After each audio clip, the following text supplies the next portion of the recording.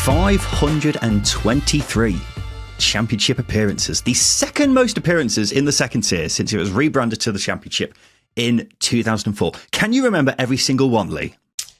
No. I think if you name... I've got a pretty good recall, and mostly the goals I conceded, unfortunately. But, I could pretty much remember most things from the games. Obviously, I can't remember it in order or go through. Yeah. But if I was to look back at fixtures, I can pretty much pick something out that's happened in most of the games. That's pretty impressive considering you've got over 500 to your name. But you've said now that you can remember a lot of the goals. What was the best goal you conceded in that time then? Oh, my God. There's been quite a few. There's been quite a few that were my fault as well. But no, there was a free kick. One that springs to mind, there was a free kick when I was at Bournemouth. The Italian centre-half at Leeds. Berardi? Yes. I think he was actually Swiss, but carry on. Was he Swiss? Sorry. Yes. Yeah. We'll do that again. The Swiss centre-half that played for Leeds. He hit a free kick from a distance, and it just went everywhere, and it dipped over. I thought I actually had a pretty good cover on it, but it dipped over my hand at the very last minute on the side of the bar. And you kind of just thought, wow, that's just 1 in a million. And I got the blame for it, and I think I got dropped the next game. So that's ridiculous. Well, that's just how it is. It's blame the goalie. But no, that one springs to mind. I'm sure that there's plenty others. Yeah, I remember that one. That was an absolute screamer as well. But we're here to talk about your career because you played for a lot of clubs, obviously, in the Championship with 500 odd appearances. You'd be glad to know we've gathered opinions from fans from most of those clubs. Oh, great. A bit varied at stages, but we'll get through that as time goes on. One thing I will ask before we start, I remember a couple of years ago on Sky Sports, you were in the crowd for Blackburn versus Wigan, and they mistook you for the Chile manager. Do you remember this? Yeah, I do, yeah. I was sat next to Lee Maybury, who was scouting for Swansea at the time. I think he's at Huddersfield now, and I knew Lee anyway. It's just coincidence that we ended up sitting next to each other in the director's box, and his daughter knows my wife, and the families are friends. So as soon as it happened, he was getting a text, and I was getting a text off his daughter, and then obviously off my wife, and sending me screenshots and all sorts. It was funny, but I don't know if he was there or not, but obviously Ben Brereton was playing for Blackburn that day. And, I usually get all other sorts of names and, different types of people I get recognised as. But no, I'll take Chilean. I'll take a bit of Latino. So I was happy with it. So moving on to your career, your first proper spell in first team football in the Football League was obviously on loan at QPR. Yeah. You helped get promoted and what is now League One in 2004. It wasn't a bad start to your career, was it? No, and it all happened really quickly. I'd been playing in the reserves at Derby. Lee Grant was playing and Andy Oates was injured. And I'd sat on the bench maybe 15, 20 odd games. And Oatesy got fit. So I was in the process of going to speak to George Burley, who was manager at the time. I'd already spoke to Aaron McManus, who was the goalie coach, and kind of said about going out on loan just to get some men's football because obviously playing the reserves. So at that point, I'm sort of looking at, I've got to get some momentum and get playing. I got a call one Thursday afternoon from George Burley to say that he'd had a call from Ian Holloway, would have been interested. And I was going to get a phone call off Ian later that day, which I did. And he just had one reservation about it. I said, do you know what it'd be? And I was like, well, is it my height? I'm not 6'4". I don't know. Like, what could it be? He says, you're inexperienced. And I went, well, I can't help that, but I'm desperate for a chance. So if you give me an opportunity, I won't let you down. And he went, right, I'll come back to you. And then it all happened pretty quick from there. It got agreed. I think I went into Pride Park on the Friday morning, signed the paperwork and met the squad at Donington Services on the Friday dinner. Trained at Leeds. Yeah, it's a good service. It probably wasn't back then, but it is now. But met them there, got on the team bus, shook hands, introduced myself to everybody, sat down, trained at Leeds, went up to Hartlepool, played the next day, we won. A couple of days later, was down in London. I think we beat Wrexham on the Tuesday night and was off and running. So played 12 games, and it sort of launched me really, because not only did you go out and play, went out, played well, managed to keep Daisy out of the team, and then obviously got promoted, which was a great start. It's you go in and you make an impact and you contribute towards all their work, because obviously you're conscious as well. They've had 3/4 of the season at this point where they've put all the work in to get themselves in the top two. So the pressure's on you not to go in there and mess it up. But thankfully it went really well. I had a great relationship with the fans, which made it easier. The players were brilliant. Walked into a great changing rooms. Clark Carlisle, Danny Shittu, Martin Rowlands, Kevin Gallen, Paul Furlong, also Gareth Ainsworth. So many top players, top professionals, and they made it really easy for me. And that was the launch pad. It was a great time. You mentioned it being a launch pad. That spell saw you become the first choice at Derby the following season. So you win promotion in your first season as a professional, if you like, and then you go into Derby, and then the following season they finish in the playoffs. Derby being your boyhood club, you're properly thrown into the deep end there. Yeah, because it was that summer. QPR obviously, I've been promoted. They were trying to get me back in some capacity, whether that was on a loan or to buy me. And I think they had a couple of bids rejected, and then you kind of look at it thinking, well, am I going to play here? Can I go and play at QPR? So obviously, and a young lad as well, not really having dealt with anything like that, it all becomes a bit of a mix. But the difference was that George Burley brought in Malcolm Webster as goalie coach, who he'd worked with Mally at Ipswich for years, and he hadn't been in a position to bring him in until that summer. So he was the change, the change in direction for me. He came in and liked me. And he kind of recommended that I started the season ahead of Granty to George. And Mally said to me later, said he's never gone against anything with goalkeepers, so make sure you prepare. Because we went to Leeds the first game of the season away, and we travelled. I think it was an early kickoff, so we travelled up late on the Friday night up to Leeds to stay in the hotel. And at this point, me and Granty didn't know who was playing. And Mally had said to me, he said, my recommendation is that you start and you play. And George has never gone against me. So he said, don't go and have an extra cup of coffee before bed. Prepare as if you're playing. And if you don't, it's down to the manager. But these are my recommendations. And the manager pulled us at the pre-match and just told us that I was starting and that obviously Granty was subbing.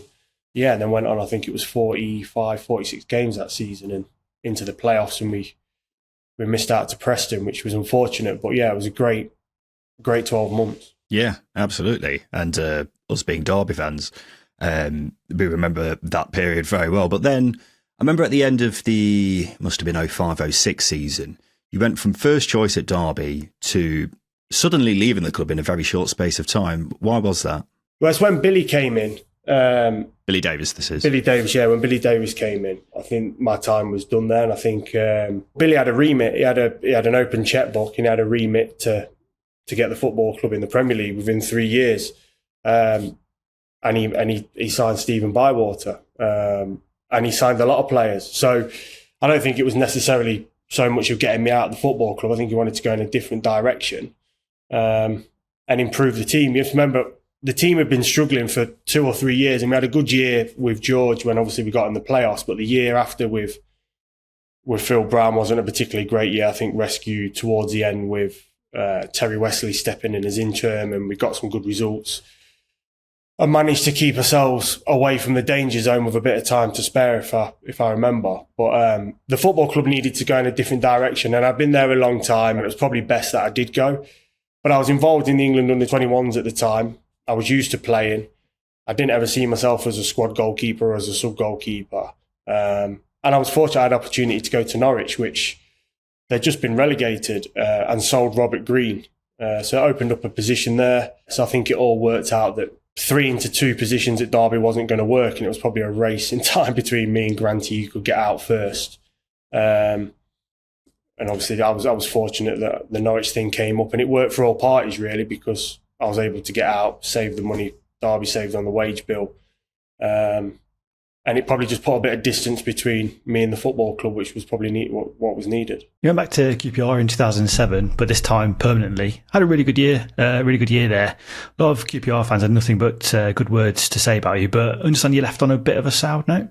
It's becoming a bit of a theme. Well, no, I had a really good year. This thing. I went back and I went to Norwich, came back, and then went to QPR for the last part of the season. Stayed up with John Gregory.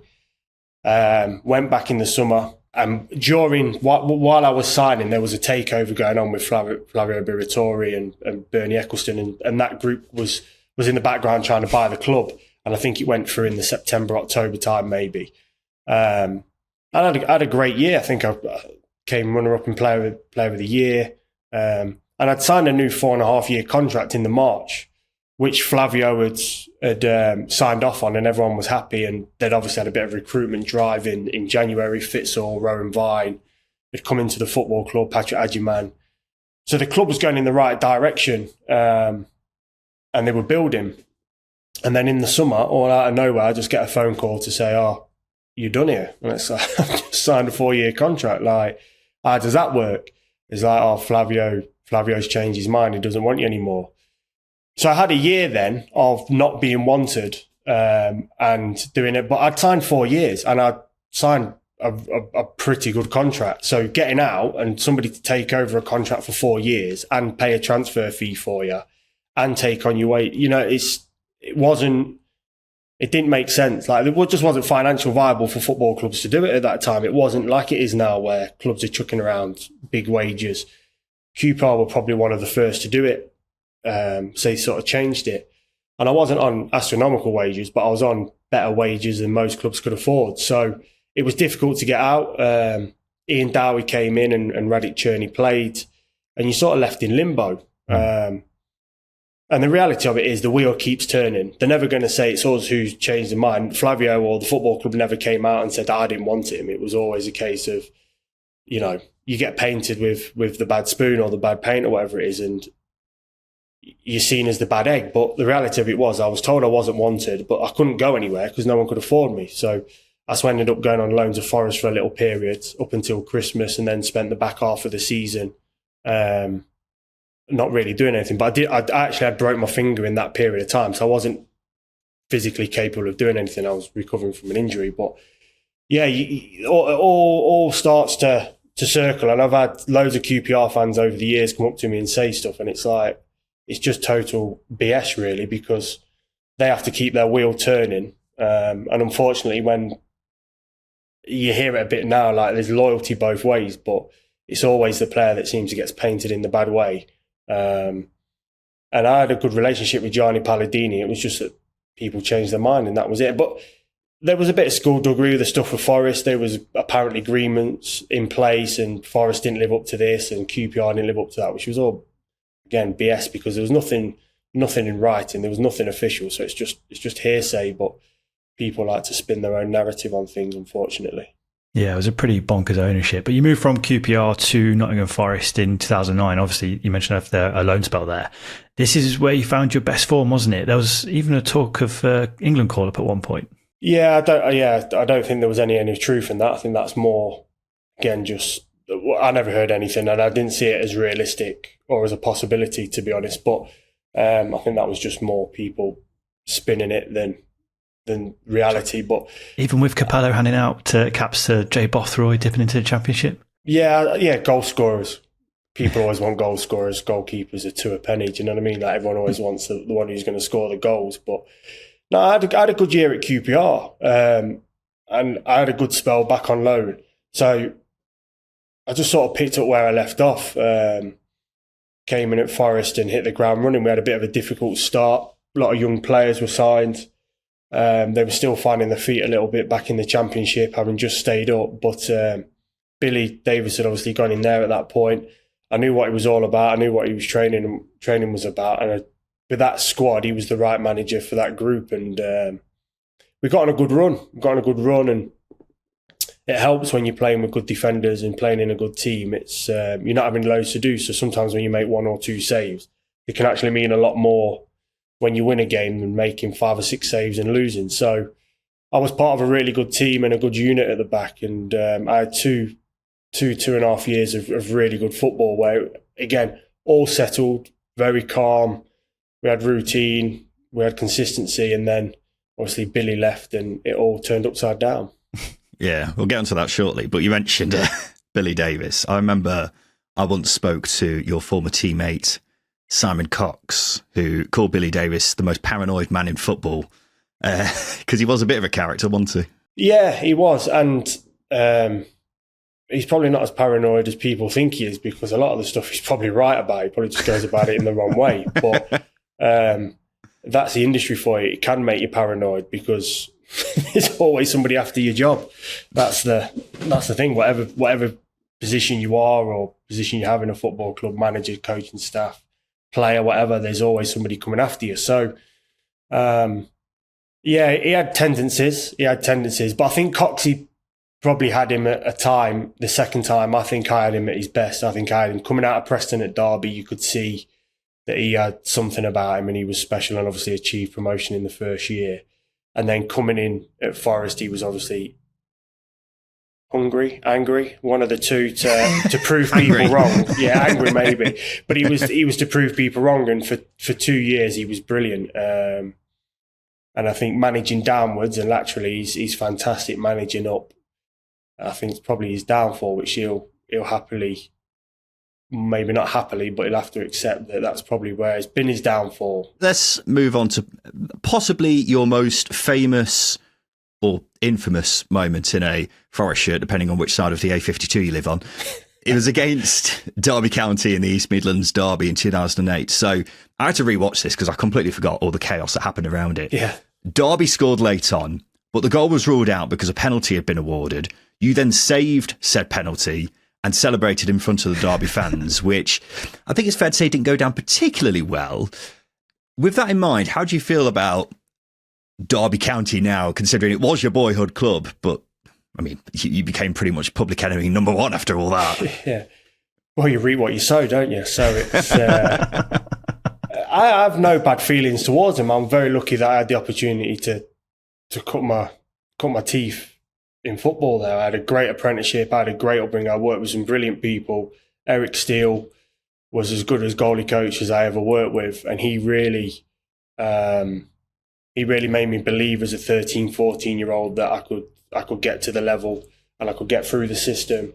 We had Gary Bowyer there, who was a brilliant. He first started, so I started in 2000 as a scholar. His first full-time job was the under-17s manager at Derby when we came in, and he was a brilliant coach to have. We had Stevie Taylor, who'd been at the football club for a long time, so he had that continuity of what it needed to be and what it needed to look like to get through. John Peacock was academy manager. Jim Smith was still the manager of the football club, and Steely was still there for a year. So when I left school and started, I had a great apprenticeship. I had the best possible grounding and the best education, coaches, know-how, everything to delve into you could ever wish for. And obviously being a local boy, that was one thing that Steely always wanted to do, was get through a local goalkeeper. And growing up in little over 5 minutes from the baseball ground, 5-10 minutes from the baseball ground, it obviously that was special. But I did have a season ticket, but I was never a Derby fan. A lot of people, I was always a Man United fan, and I've got pictures of me wearing a Schmeichel top when I was 8 or 9. So I get why I get the stick, but no, it's a special club. It gave me an opportunity, and it gave me a chance. Like I say, it gave me an opportunity to springboard me going to QPR, and then getting the first team was special. And sat on the terraces at Pride Park with, I'm sure, you guys and everybody else watching him in the Premier League. So to go out there and represent the club and to play in front of my family was special. But it becomes a job, and it's a very short career, and you've got to take opportunities when they come. And I had to move on, and I didn't have any other opportunities really but to go to Forest. So it's either you're kind of damned if you're doing, you're damned if you don't. If you sit at QPR and do nothing for 3 years and take a wage, you're a mercenary. But if you go to Forest, I know I'm going to get pelted, so I'm going to lose either way. So I might as well go and play football and get pelters. It's and all the pelters I mostly get off my family anyway. So the rest of it's quite tame. But no, it's like I say, you reap what you sow, and I mean that game was crazy. I watched the highlights back yesterday, and the goal which got disallowed after the penalty is one of the most mind-blowing things ever, because I have no idea what on earth he's looking at. Yeah. Well, there's not even I can't remember, obviously you've seen it, but I look at when I don't ever recall there being a foul in the mix, like in the group of players or anything. Like there weren't anybody got pulled to the ground or fair. Yeah.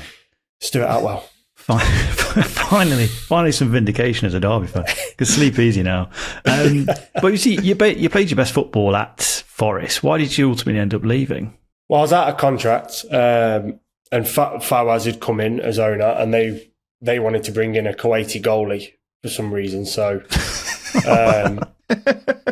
so I was in the firing line, and again, and it's because when he bought the club in the summer, when Nigel Doherty passed away, and the family was selling the club, Gianni Palladini was involved with buying the football club, or he was brokering the deal for Fawaz and his family.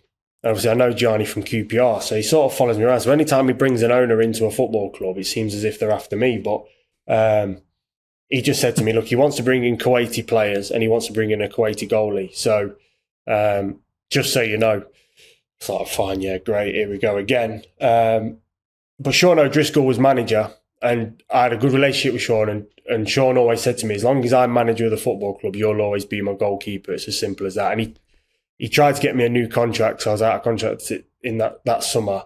And then when they sacked him, we played Leeds on Boxing Day, we won, and he sacked him that afternoon or that evening or whenever it was. And I kind of knew from then, I thought, right, here we go. My days are numbered. And then there was all talk of that I'd turned down a contract and I'd written my own contract and I'd put it in. And all this skullduggery coming out, and you're going, well, I've never known a player be able to write his own contract and sign it and then go to the club, here you go. Like, it's just crazy. But again, the wheel has to keep turning. And of course, it's not going to be Nottingham Forest's fault why I leave the football club. It's obviously always going to be mine, as it was with other players. But yeah, I was out, and then funny enough, I had a chance to go back to Norwich, which was in the Prem. I had two clubs. I had Ipswich, could have gone back to Ipswich when Mick McCarthy was manager. I went and met Mick at St George's Park one Sunday evening and had a good conversation with him. Mally Webster, who I'd referenced, who was been at Derby, he was back down at Ipswich, so he was pushing for it. And looking back, maybe probably should have done that. That's probably a regret. I probably should have gone to Ipswich at the time, but I'd spoke to Chris Hewan, and Dave Watson was at Norwich, and it was a chance to go to the Premier League, and they don't come around every day. And I thought, well, I'd regret not, at that time, I think I'd regret not going. I had an opportunity to go for 6 months at Norwich. I think it was 4.5 year contract at Ipswich they offered me. And I thought, well, if I go to Ipswich, I'm kind of just settling, and that's no disrespect to it. I'm settling for a 4.5 year deal here and something comfortable. Well, I thought, I can't turn down the chance to go and try it in the Prem. And the way when I'd spoke to Chris Hewan, it was if I'd come in and play more than I did, I had to go and have a go, and kind of it worked out quite well really, because everybody won. Forest wanted me out, and I got out pretty quick, so there wasn't any sort of lingering after effect. But in terms of it's just, I mean, Twitter was in its infancy then, and social media, but it all comes around, and once somebody tweets something or says something or something's said, that's it, that's the truth, isn't it? So, but yeah, that was a real reason why Fawaz they didn't want me. He wanted to do his own thing.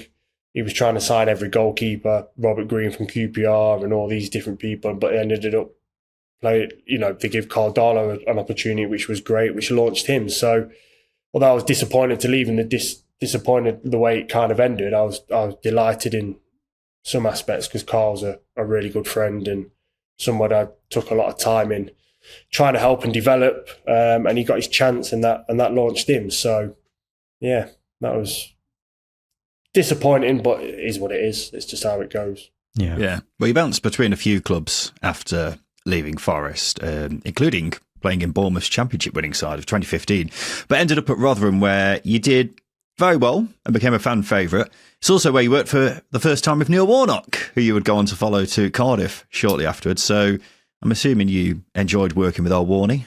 Yeah, he was brilliant. I always remember his first. But when he came in, he looked pretty desperate. We were struggling. I think we just got beat at Bolton, and Bolton was around us. We got beat last minute. I don't know if we dropped into the bottom two, maybe bottom of the league at the time. And you looked around the change room and you thought, we're in trouble here. Like, you look around and you think there's a lot of lads on the last legs in terms of confidence and belief. And with respect, some of them lads were at a real stretch to be in the Championship. And I'm not trying to be disrespectful, but they come up from League One, and not many of them went and stayed in the Championship. They dropped back down eventually. And we were stretched, and we needed somebody like Neil Warnock to come in. But I always remember his first team meeting was brilliant. He completely diffused the situation and de-armed everyone. He was just spoke in third person. Neil Warnock teams don't get relegated. Neil Warnock's teams don't lose. And you kind of look at it thinking, has he lost his marbles here, or is he this guy a genius? And the guy's an absolute genius. How does that make you feel as a player, though, hearing that from a manager? You just believe him. We ain't going to get relegated. You look at he has that aura and that charisma. Also, as well, what he's done in the game. And you kind of look, you go, this is for Tony Stewart and Rotherham to go and get him, because he's not cheap. He's not going to work for free. And he wants things doing his own way, in a certain way. So you kind of look, you think, this is a clever appointment. And then he says that and he addresses it. And we had such a big squad. Like, the squad at Rotherham was the biggest I've ever seen. I think at one point we had like 12, 15 players on the other pitch that weren't even involved in the match day squad. It was vast. Players everywhere. And he come in and he cut the two squads. He got people in the right positions. He found a way of playing. And we had a couple of games where we were learning about him, and he was learning about us. We played Birmingham first game, drew 0-0, but I think we lost at Burnley, Sean Dyche's Burnley team, which were flying, so we probably weren't expected to get anything there. I wouldn't say he took the game off, but it was probably one of them games he could try a few things and see how it looked, knowing that a point's a major bonus. And then we went to Reading. I think we're doing well at the time, and we lost there. And then it was like, right, now it's on. I think there was 15 games left at that point, maybe. And I think that's when he came into his own. He really turned it up. Kevin Blackwell and Ronnie Epsom were brilliant supports to him, but he was just brilliant. We found a way of playing, sort of played Greg Halford in front of the back four. We had Lloyd Doyley in, and he just put people in the right places. And we got on a run. I think we went 15 games, 12 games unbeaten or something, and a 15-point turnaround. Beat Leeds, won at Sheffield Wednesday when they were flying. Won down at Ipswich, I think, when they were doing well. He just had this miner's touch. Whatever he touched just turned to gold. He was just brilliant the way he was. The training was really simple. Gameplay was really simple, but it was just all about winning. And he was just a genius. It's really hard to... you have to witness it. It's hard to give it. It's just little things he'd say to people, just knowing when to do things in a game. Just when you think, oh God, we're going to get it here, and he'd just come in and he'd drop a nugget, like a golden nugget, a little bit of wisdom, or just do something. You just think, wow, yeah. And he just knew what he was doing. He was absolutely brilliant. And they missed a trick. Rotherham should have kept him. They really missed a trick. They should have kept him. They'd have got them. I think if he would have stayed, within a couple of years, they'd have been close to the Premier League. Wow, that's big praise. One of your former clubs that probably could have done with Neil Warnock was Sunderland, which, speaking to a couple of fans, didn't get great reviews. And rightly so. Listen, rightly so. I wasn't great. I went in there to help.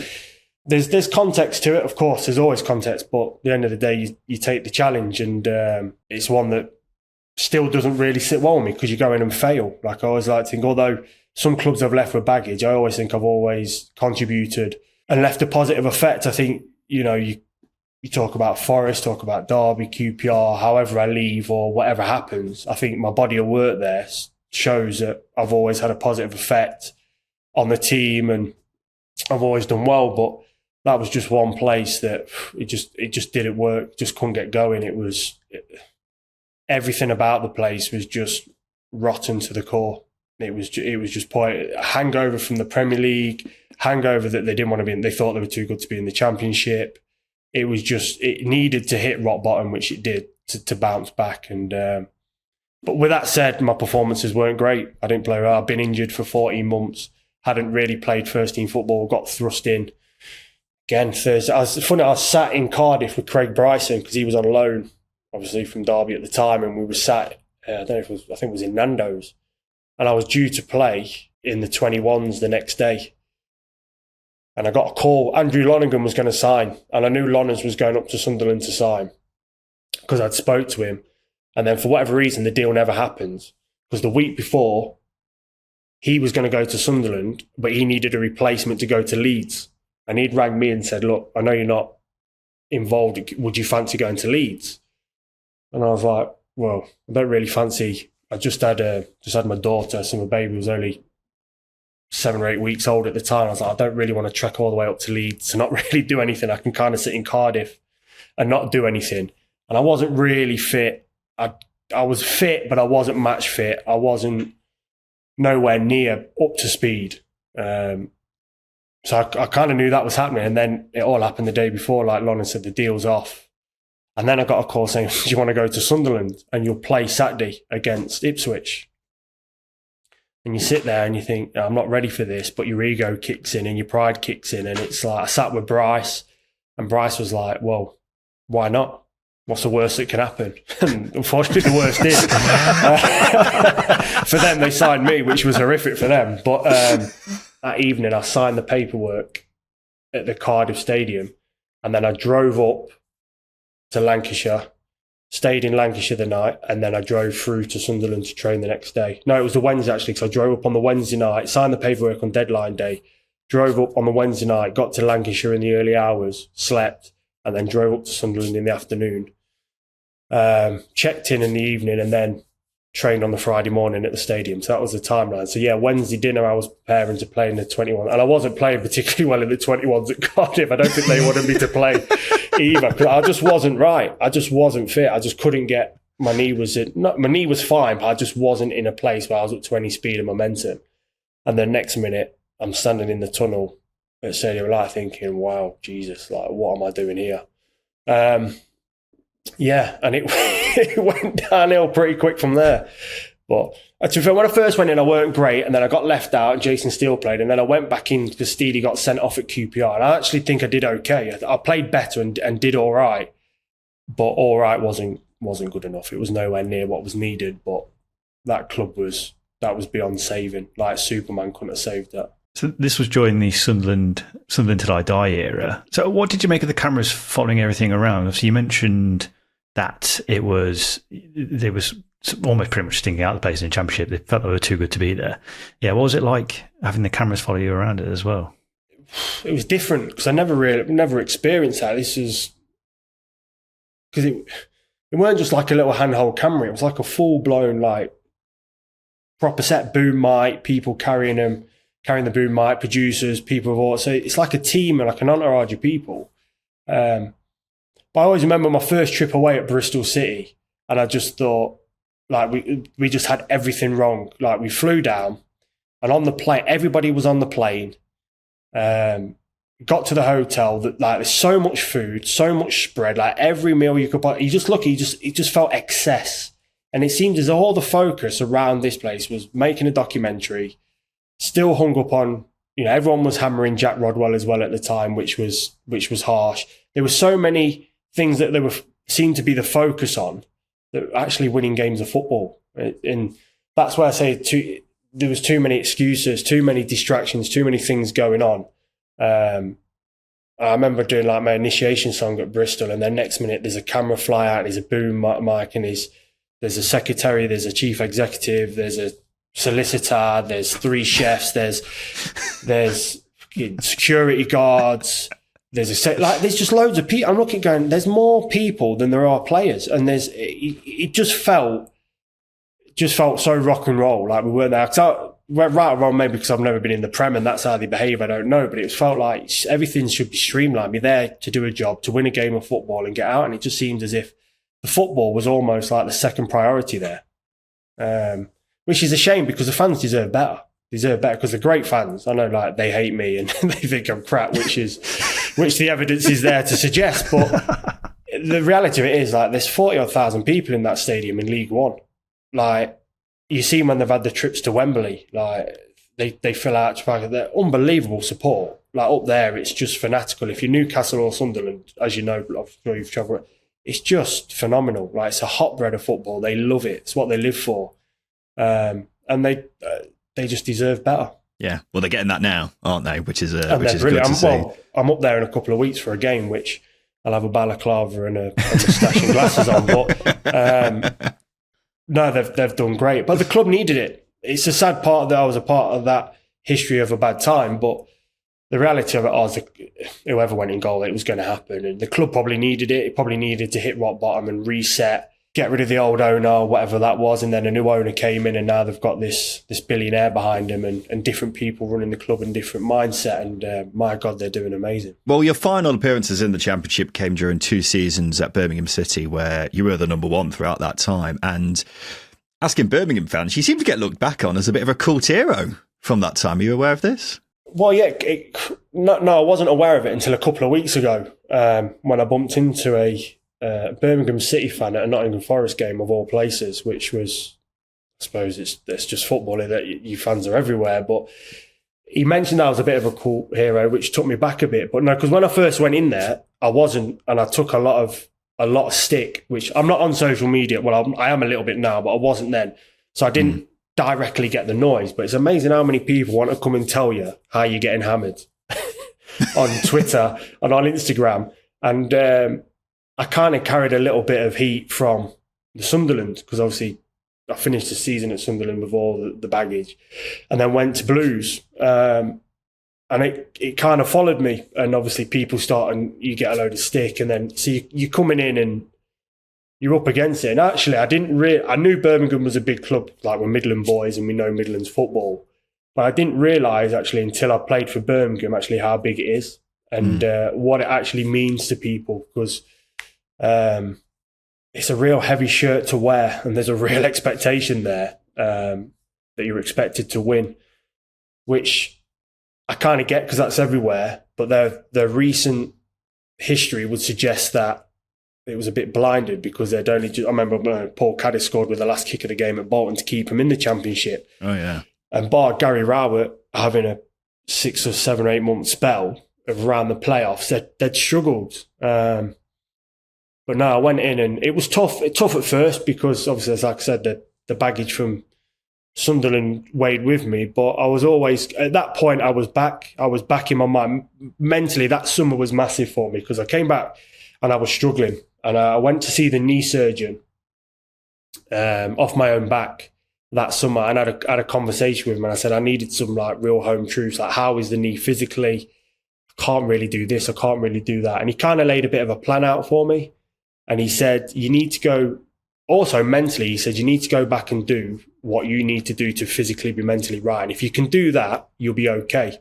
If not, and your knee can't get you to them spots, then you're probably going to have a real look at whether you continue.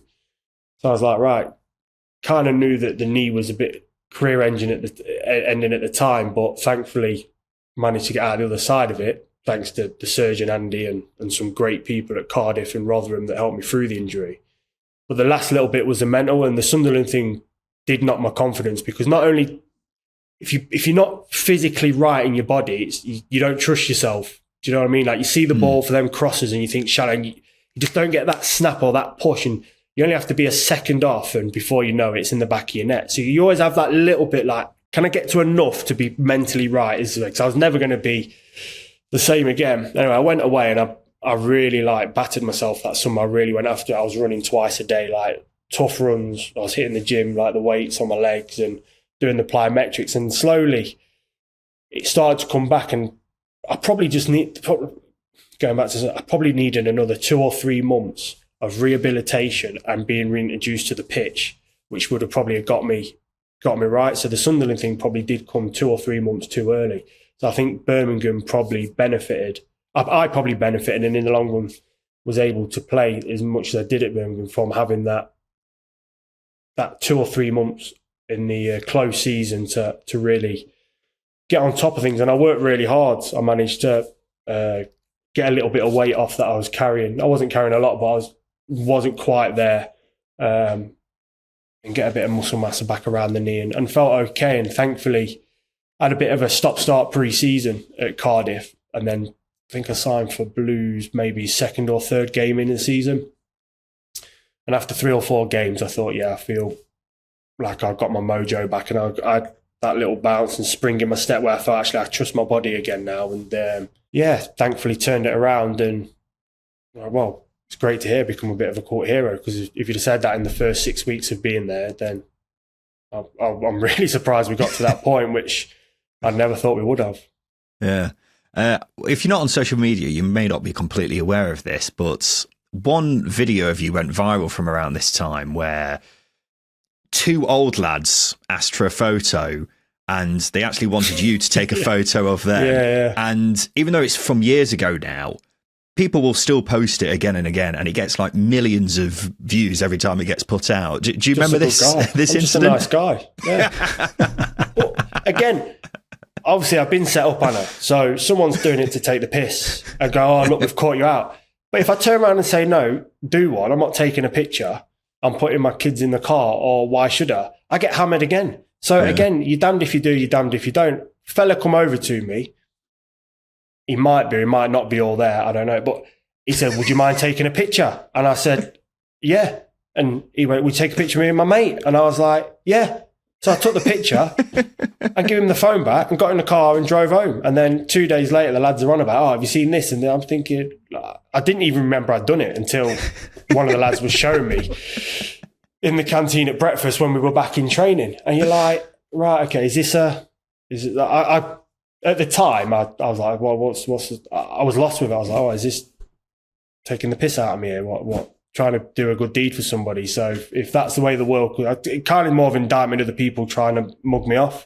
Kind of look at God, just thought I was doing a good deed, but yeah, whatever makes people happy. If they want to sit in their bedrooms and post videos of me all day, that's their axe to grind. You've had some interesting ownerships during your playing career. Obviously, just speaking about it over the last hour, it has been quite insightful. Just some of the interesting regimes you've been a part of. But obviously, probably the most interesting one was you finishing your career at Wrexham, just as Ryan Reynolds and Rob McElhenney era started. So, what was that like for you as a player? Well, if you think having cameras at Sunderland was a thing, you should have seen Wrexham. It was like a movie set. It was like the cameras where they hold it around the waist, and there's the drones, and then there's like cranes going up with cameras on them over the pitch, all sorts. It was something else. But do you know what? I met him once. I met Ryan. I met them both once, but actually met Ryan properly, and the nicest guy, down to earth. Bloke you could ever wish to meet. He was really friendly. Yeah, it was an interesting period. It's a shame we didn't get promoted, but they probably needed another year in the National League. I think it probably served them well, because it all happened so quick, and they flew up the league, and they probably needed another year in the National League just to settle and get their feet round to the table. But no, it was really, really interesting period. Really interesting period, and I think if they get out of the Championship, which I think will be difficult. I'm not sure how easy they think it will be, but it'll be tough to get out of the Championship. But if they do, then who knows what could happen with that football club and what they'll do. Because if it goes onto an international stage and with the people that they know and the backing and everything they can have from behind them, I mean, it could be huge. They could be massive in 5-10 years' time. What are your plans for the future, Lee, and more specifically with coaching? Because I believe you were at Accrington Stanley last year. I think you were even linked with the manager's job at one stage. So what's your current position and what you're planning? The plan is to manage. I want to be a manager. I have done for a long time, even going back to sort of my early days of playing. I've always had an interest in that side of it. Like I said, I was at Accrington. I started off doing a little bit of casual stuff at Blackpool, was working with their 15s and 16s, which was a great group to work with. One, because they were really good players, which helps, because if you're coaching good players, it makes coaching a bit easier. But it also allowed me to cut my teeth into stuff, because obviously I think people, the natural thing is, oh, you're going to goalkeeping coaching, but I've not done anything on that side. I've always wanted to be a manager. So all my coaching has been the outfield stuff, and that allowed me to move into Accrington, which is not too far from where I live. Went in there as the 18s lead, manager, coach, whatever you want to say. So went in sort of 2 years ago, October 23, and then sort of like last Christmas time. So I had about a year or so doing that, and then from Christmas time stepped up and was working with the first team as first team coach alongside John and Jed. And John had an bereavement in in the family, which he was away for a couple of weeks. So Jed sort of led the team and I assisted him and helped out, and then sort of continued with him to the end of the year until they closed the academy. And then unfortunately, 10 colleagues and myself got made redundant, which was unfortunate because I thought we was in a good place as an academy right through the age groups. We had some good players because it's not easy at Accrington being a Cat 3. Finances are what they are. There's some good Cat 3 academies around sort of the Northwest. Preston, although Championship, are a Cat 3 and have a really strong youth development. Blackpool are the same. Fleetwood have gone to a Cat 2. So we were fighting with some good academies, and we probably was never always going to be a lot of the lads' first choice. So the lads we got in, we had to be really selective with. We put some good stuff in place, and we had some lads that coming through that I think could have affected the first team. And it's a shame that it got closed because them lads released and left the football club. Thankfully, they've all found other football clubs, and it's nice that they've all moved on to higher categories. A few have gone to Blackburn, Liverpool, Burnley. So that's credit to the lads and everybody in the academy for the work they were doing. So frustrating. But yeah, I find myself at home a little bit too much at the minute. So just looking for the next opportunity that pops up, which is it's not always easy because it's a bit of a flooded market at the best of times. Yeah, well, I can only imagine. But there you go, ladies and gents. If you're running a football club and you need a coach, Lee Camp is your man. And if you're looking for a manager, you could be coming to a dugout soon, very near to you. So best of luck for the future with you, Lee. A big thank you for your time today, mate. It's really been appreciated. No, thank you. I've enjoyed it. It's good to go down memory road, especially with 2 Derby fans as well. Been a pleasant experience for us all, I think. Some painful memories along the way. Yeah. But yeah. Still memories. Yeah, it's been really good fun. But this has been the Second Tier Podcast. We'll be back again on Thursday for a news roundup of everything going on from across the Championship. So we look forward to seeing you then for that. But this has been the Second Tier Podcast. I've been Ryan Dilks. I've been Justin Peach. And a big thank you for listening.